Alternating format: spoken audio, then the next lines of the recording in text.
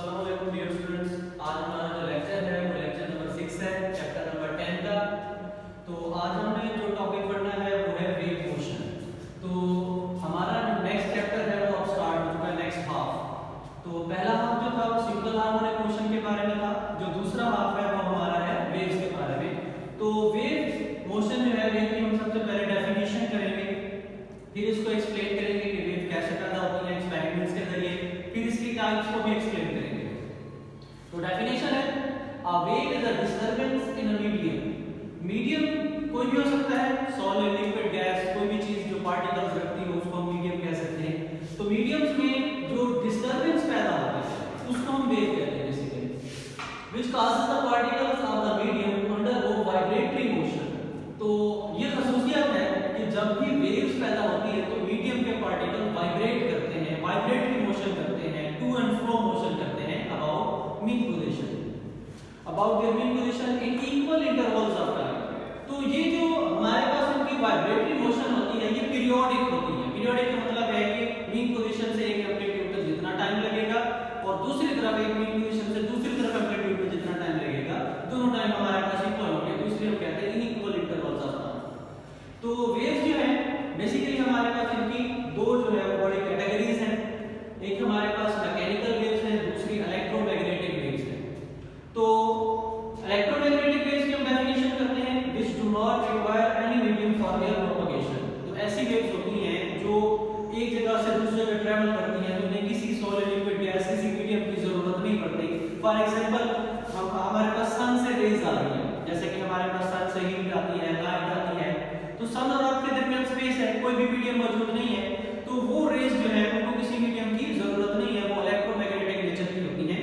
उसमें electric wave generate करती है मैग्नेटिक वेव्स को, मैग्नेटिक वेव्स जनरेट करती हैं इलेक्ट्रिक वेव्स को। तो इस तरह ये ट्रैवल करती रहती हैं, प्रोपेगेट करती रहती हैं और मीडियम के बगैर। तो इनकी हमारे पास कुछ एग्जांपल हैं, जैसे रेडियो वेव्स हैं, टेलीविजन वेव्स हैं, एक्स रेज हैं, हीट वेव्स हैं, लाइट वेव्स हैं।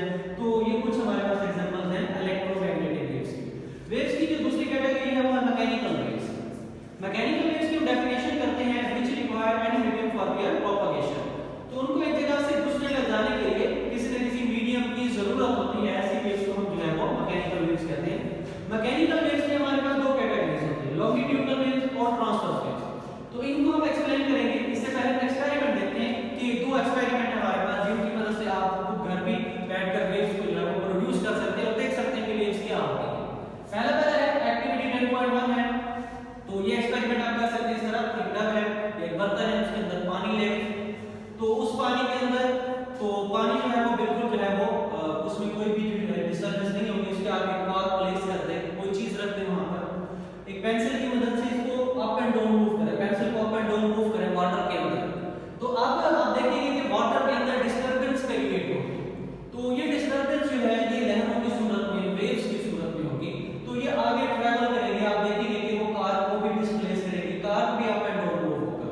तो ये वेव्स जो है वो उसको डिस्प्लेस कराएगी। ये जो हमारे पास लहरें पैदा होंगी, डिस्टर्बेंस पैदा होगी, तो हम वेव्स कहते हैं। दूसरा ये है हमारे पास कोई स्पोर्ट है, उसके साथ तो स्ट्रिंग बांध दें, रस्सी बांध दें और फिर उसको मूव करें, अप एंड डाउन मूव करें, तो वहां पर भी आप डिस्टर्बेंस देखेंगे। कुछ हिस्से जो है ऊपर होंगे स्ट्रिंग के, कभी और कभी कुछ हिस्से नीचे होंगे।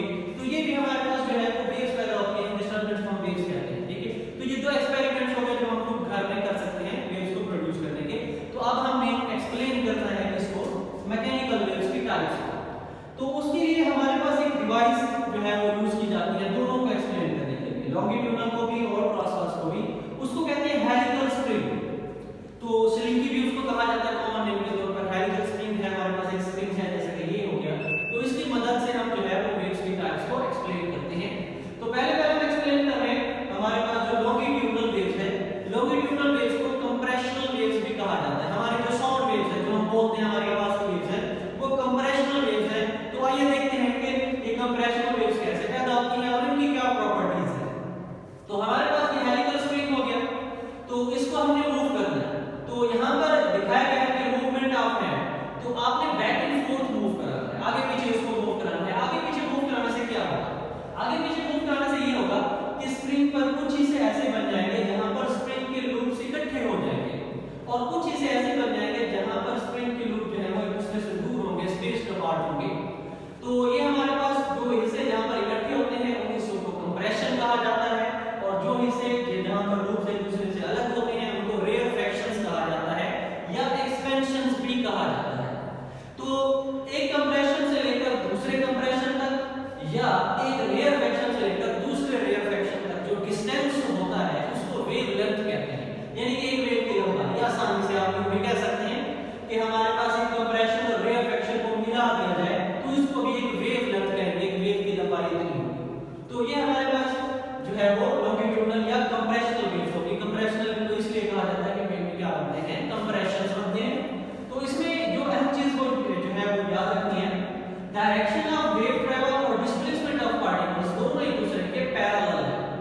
बहुत इंपॉर्टेंट बात है कि जो वेव जा रही है ये हमारे पास वेव आगे मूव कर रही है और पार्टिकल्स की मूवमेंट दोनों जो है वो पैरेलल है।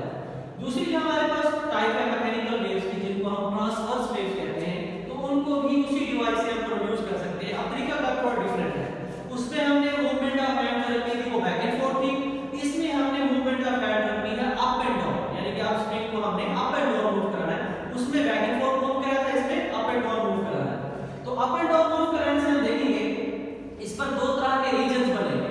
एक वो रीजन जहां पर स्प्रिंग के लूप ऊपर होंगे और एक वो रीजन जहां पर स्प्रिंग के लूप नीचे होंगे। तो वो जो हिस्से जो ऊपर है उनको क्रस्ट कहा जाता है और नीचे वाले हिस्सों को ट्रफ कहा जाता है। एक क्रस्ट से लेकर दूसरे क्रस्ट तक जो डिस्टेंस है वो हमारे पास वेवलेंथ का रहेगा, या एक ट्रफ से लेकर दूसरे ट्रफ तक जो डिस्टेंस है वो हमारे पास वेवलेंथ का रहेगा। या हम यूं भी कह सकते हैं कि हमारे पास एक ट्रफ और एक क्रस्ट, इसको मिला दे तो इसको एक वेवलेंथ कहेंगे। तो इसमें जो बात याद रखनी वो ये है कि यहाँ पर हमारे पास वेव मूवमेंट देखें और यहाँ पर पार्टिकल मूवमेंट देखें। वेव मूवमेंट और पार्टिकल मूवमेंट एक दूसरे के परपेंडिकुलर है, तो ये बात यहाँ पर आप लोगों ने याद रखनी है। तो ये बहुत इंपॉर्टेंट टॉपिक है।